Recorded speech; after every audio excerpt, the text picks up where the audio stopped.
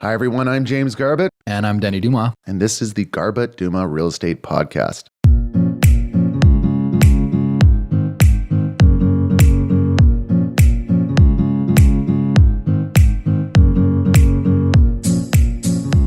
Today we are talking about communication, Denny. We're talking about, and this is mainly towards the selling side, all the conversations we have with sellers and realtors when it comes to selling a property. It's second nature to us because we've been doing this so long. So it was, for me, when Denny brought the idea of this topic up, I couldn't think of a question. And then meeting with him, there are so many questions that we run into and we just don't think about it because it's second nature. Yeah. So, the purpose of this is, this one's specifically about, no, this is not questions. This is communication. Yeah. I'm mixing up our next topic. That's okay. This is a good little insight into what's coming. Yeah, teaser. But the purpose of this one is communication for a seller. And I think I want to jump in by talking about reactive versus proactive communication. And let me maybe just talk about where this podcast is coming from. One of the first things I like asking people when going into a listing appointment is, have you sold before? If the answer is yes, what was that experience like? And just let people talk. Listening is such an important part of communication in this real estate world, is just understanding what a client is looking for. And I would say by far the biggest complaint about a past real estate experience is lack of communication. So the reason for this podcast, one, to just kind of share our thoughts, how we kind of communicate with clients throughout the process of a sale, through, starting from a photo shoot all the way to accepted offer and key handover. Mm-hmm.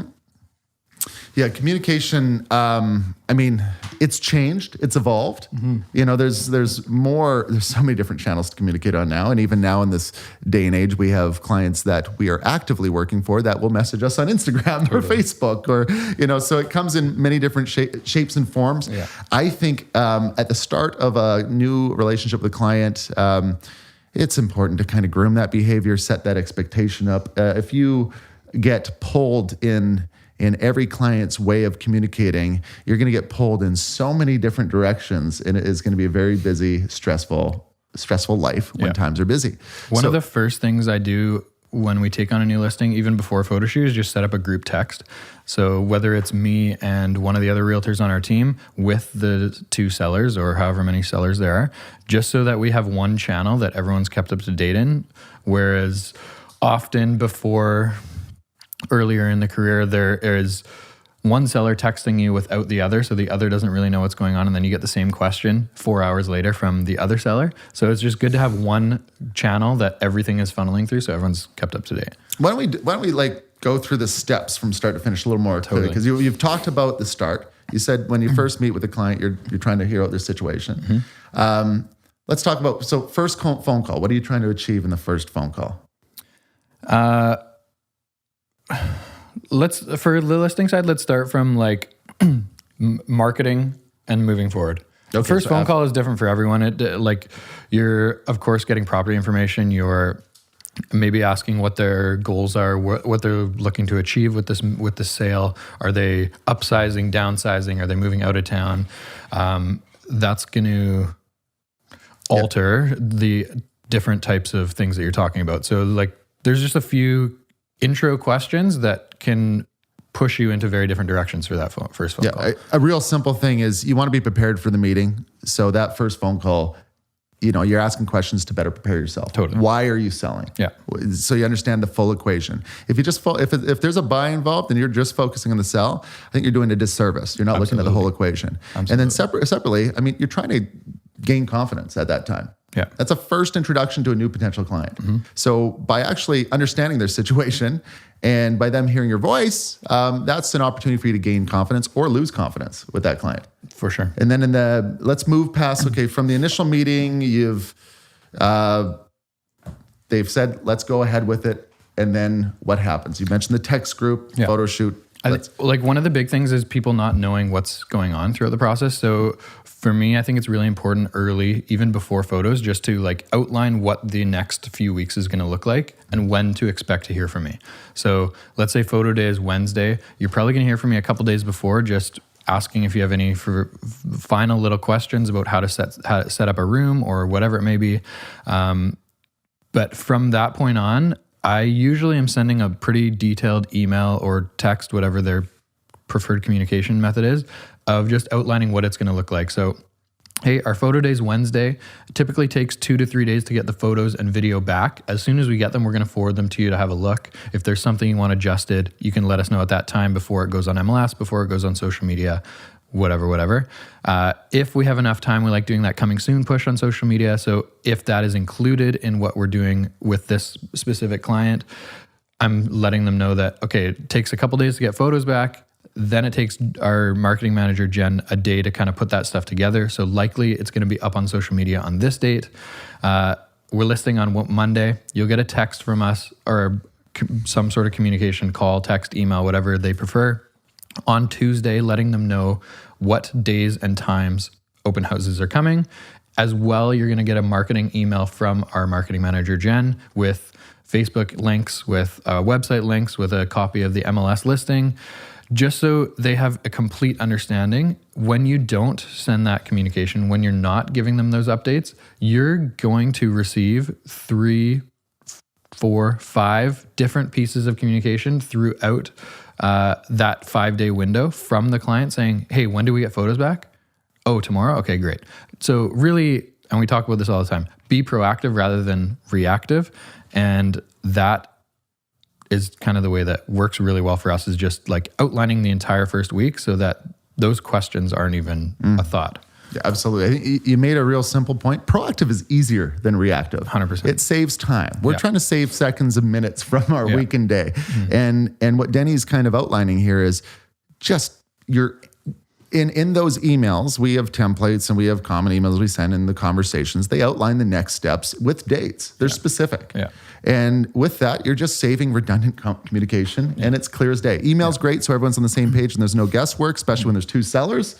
The other thing I will mention, there's a time to pick up the phone and there's a time to text back and forth. 100%. And what I find is, especially, maybe it's more steered towards younger individuals, there's too many conversations happening via text, especially with a client.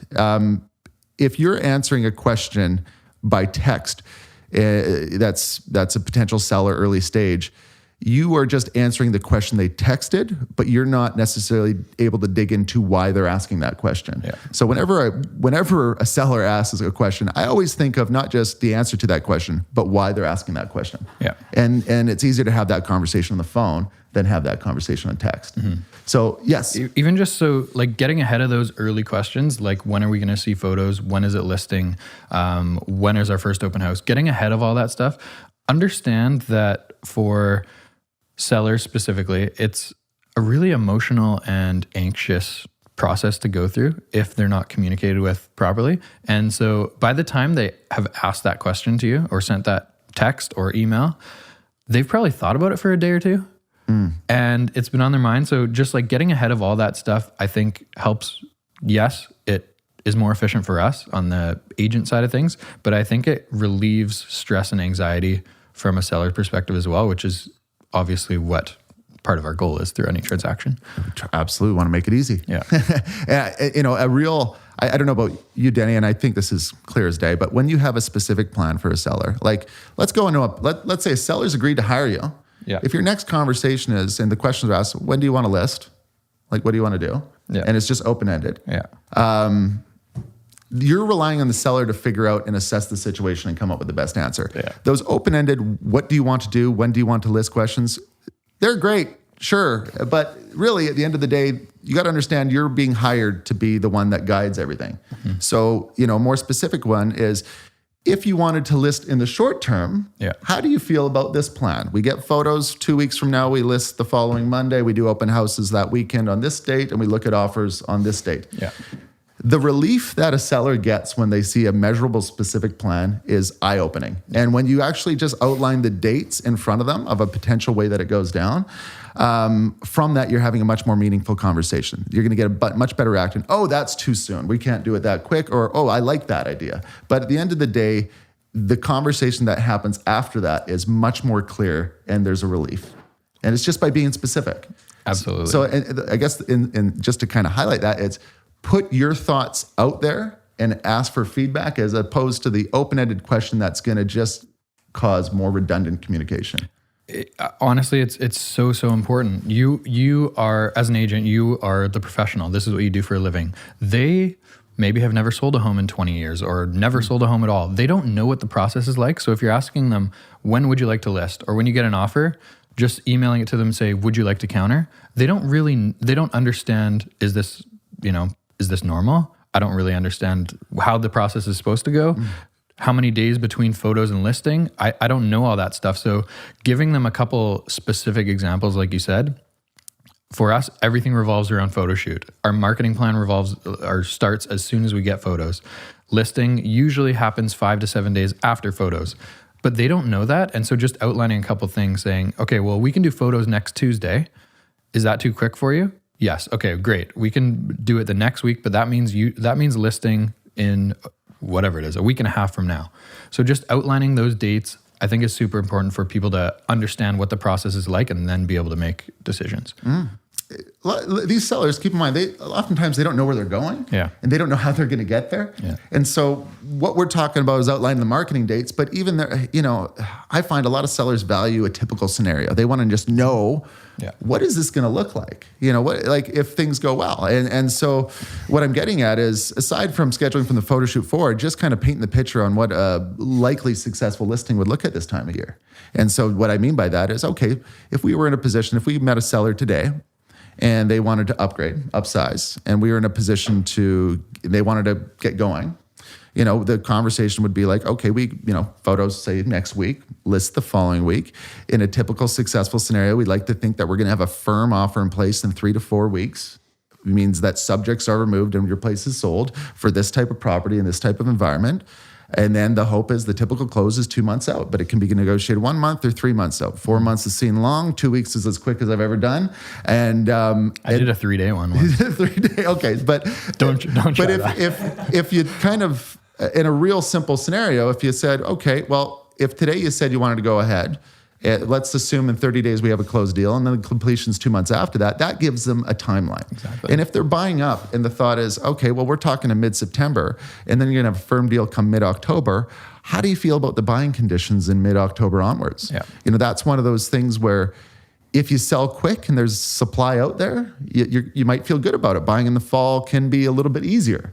But if you say sell in November 1st and it takes a little bit longer, and then you're looking to buy in November, December, January, and there's really nothing available, it might be a little bit of a sour experience. So by proactively communicating these scenarios of, well, if you're selling than buying, but you sell in November and you're in a buying position at this lowest time of the year, it's best to be proactive about that and set that expectations. Mm-hmm. There might be great buying opportunities at the time of year, but it might just be, you might have to move in with the parents. Even not talking about the buy side, on the list side, if you use your specific scenario saying, okay, we're going to be ready to list in October, it, depending on time of year, it alters what the advice coming from us should be on list price, right? So usually for us, there's a range of list price. Let's say it's a 2-bedroom condo in New West. The hopefully sell in 2 or 3 weeks number's $599. The try for a little bit more is $625, whatever the numbers are. Late October to mid-November is not necessarily the time to be aggressive with list price and to be reducing list price. So just talking to them about the likelihood of, whether, if they want to try it at a higher number for 30 days, what reducing a price in middle of November would look like. Often that falls flat because the market just naturally slows towards December and Christmas time. Often it's just better to wait till January, February. Totally. Often there's odds are prices will lift a little bit then because more buyers will show up. Yeah. But every year's different. Yeah. Every scenario is different. Yeah. Every neighborhood, price point, and property type are different. So, the real simple question of when should I sell or when should I list, it really needs to be analyzed case by case. Yeah. It depends on what you're doing. Yeah.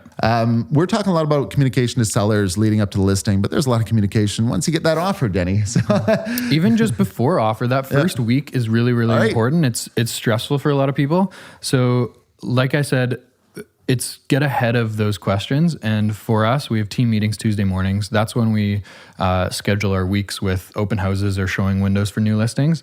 And so letting someone know even before their property is listed that you're going to hear from me Tuesday at noon letting you know exactly what time on the weekends we need to be prepared for your open house, your showing window, whatever it may be. Feedback after showings, even before we get offers, feedback after showings is a big one. So for us, we've just kind of made it a habit of, as soon as we're leaving a property, we're texting the seller saying, hey, all locked up. The group was a young couple in their 30s. They really liked that, you've updated the kitchen. They didn't like the noise from the SkyTrain. They liked this, just giving them feedback right away. Because often if you're not doing that and just saying, hey, I'm done, they're going to be wondering, well, how did it go? Did my place show well? Is there anything I need to do different for next time? What are people saying as they walk through the door? They want to know all those questions. So again, being proactive and just getting ahead of it.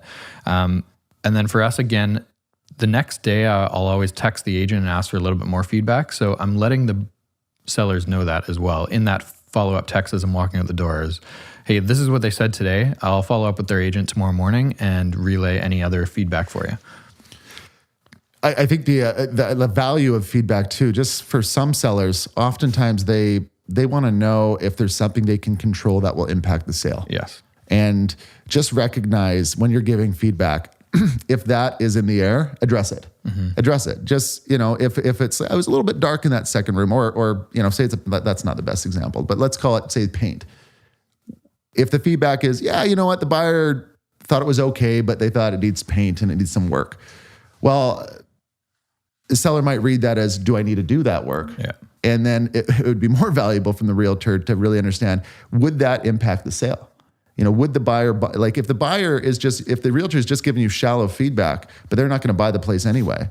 There's a time to make the place present itself perfectly, and there's a time to time the market. Yeah. If you're spending all of September and October spiffing your place up for sale to list in November, December, that might be a little bit risky. Yeah. So I think the important thing is the type of feedback you get, recognize when it's shallow feedback, recognize when the seller can't impact or improve the property. I'd say from that feedback, relay it to the seller in a timely manner. Mm-hmm. Open houses where a lot of groups come through. How do you address whether it's a no-show open house, a busy open house? How do you relay open house feedback? I think honesty is important. I think lying to your client or fabricating the truth is always a bad option. Just be honest. I think it's important to set expectations going into the week. So use that example that I gave previously. If we think the right number for a condo list price is $599 and a seller wants to try it for a couple weeks at $649, let's say, it's a high number. The likelihood of that first couple weeks being active, being busy, is lower. So I'm explaining that to them, saying, we're okay trying it for 2 or 3 weeks based on time of year at $649. Just be prepared that instead of having maybe 8 to 10 groups come through week 1, if we list at $599, it might be more like 2 to 4. So just be prepared that activity is going to be slower, and we're just really trying to catch one person that falls in love with it. So being ahead of that open house feedback, I think, is really important. And then if that day comes, we have an open house on Saturday, 2 groups come through. Like, I've already prepared them for this. So it's a lot easier conversation to have rather than, oh yeah, no problem. 649 is a great number. We're in a great location. I think it's going to be super, super busy. Then having 2 groups come through week 1 is very disappointing. Mm-hmm. Mm-hmm. So, one thing you mentioned before, so open house feedback, be honest. We do our Tuesday morning meetings, which is great.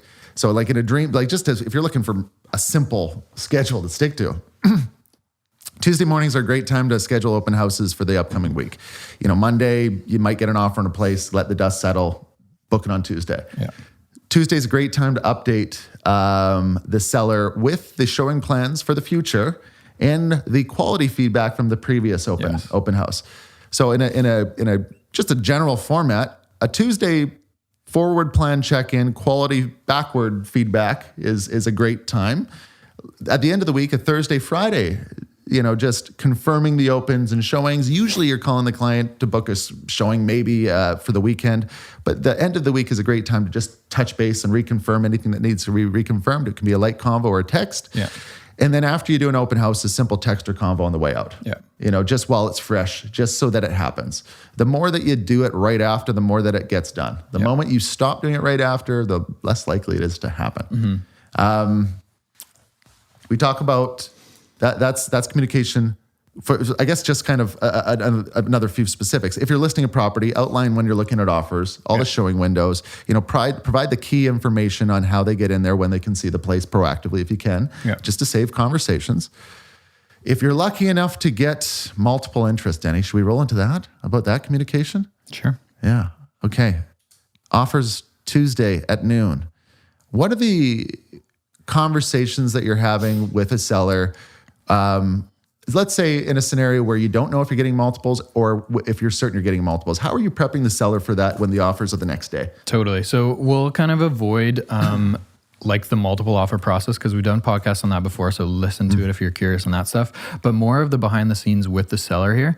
And we went through this yesterday. So the process for me is open house feedback through the weekend. We're looking at offers, what was it, yesterday, Tuesday, 5:30 p.m. So in the morning, I'm sending them a message right away in that group feed, just saying, hey, like we've talked about, we had a really busy weekend. We had like 35 groups come through this home over the weekend. And there are 2 or 3 groups that have been asking offer questions. Usually in this scenario, when we're looking at offers at a specific time, people aren't sending their offer until the deadline, until 5:30. So don't expect to see anything in writing this afternoon. It'll be likely towards the end of the day. We'll keep you updated throughout, but just be prepared that you may not hear from us until 5:30. So again, outlining exactly what's going to happen. Whereas if I don't send that message in the morning, they're texting me at 11 a.m. They're texting me at 1 a.m. or 1 p.m. They're texting me at 3 saying, hey, have you received any offers yet? Have you received any offers yet? Are you expecting?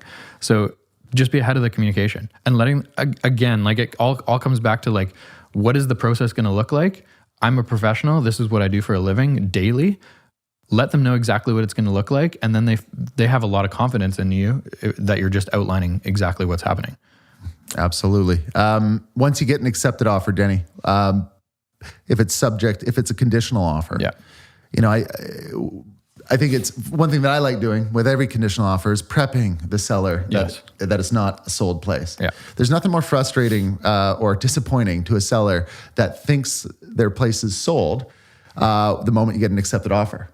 And I think that can always be avoided. Yeah. That is a product of everyone being too enthusiastic and not looking at the fact that it's not a firm deal. Yeah. So I think it's important for a realtor to kind of proactively mention that a subject offer is not a firm sale. And just kind of like a rough and dirty, well, how often do these deals fall apart? As a rough and dirty number, I usually use the figure of 30% of the time, but it depends on the property.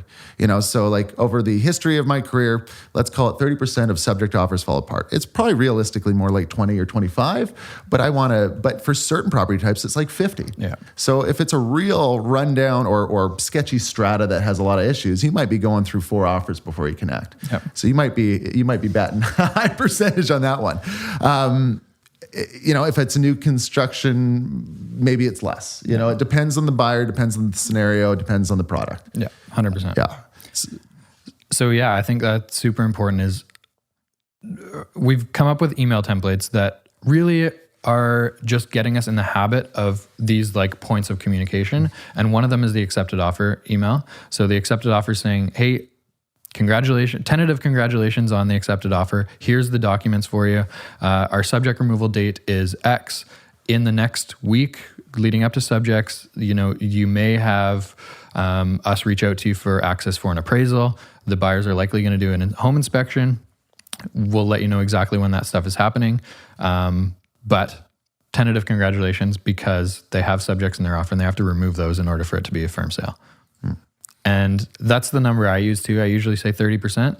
I don't have the exact stat in my head, but we have an accepted offer with a buyer on a property right now that has had 4 collapsed deals already.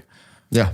So some properties, yes, it's very likely that something's going to collapse. Others, it's pretty low likelihood. Absolutely.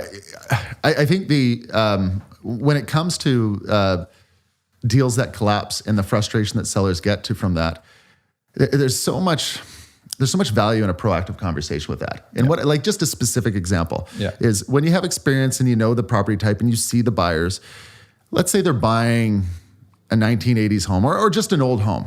And let's call it, well, experience that's got poly B pipes. Let's call it as polybutylene pipes, the gray pipes that come up in inspection. And let's say, I don't know, there's unknown drainage issues. Like they haven't done drainage for a while. If you're in a negotiation and you know there's clear issues that this buyer is buying the home for what it is, it's a subject offer and there's clear issues with the home, I find a lot of value in preparing the seller for that. Yeah. If you don't, and the value is simply that when it comes time to renegotiate, which happens often, they're more prepared to it and they're in a better space and they're less offended. Yeah. And that may affect the negotiation getting to an accepted offer. There's a number of instances where we're negotiating like if we're in a one-on-one negotiation, we're trying to, if we're fortunate, getting an extra 5 to 10 higher than the seller would go just to have extra buffer for that renegotiation. Yeah. And it's come in handy so many times. There's so many times where we were a little more stubborn on the original negotiation to leave room for a renegotiation after an inspection result. Doesn't happen often, but it's important to plan for. A lot of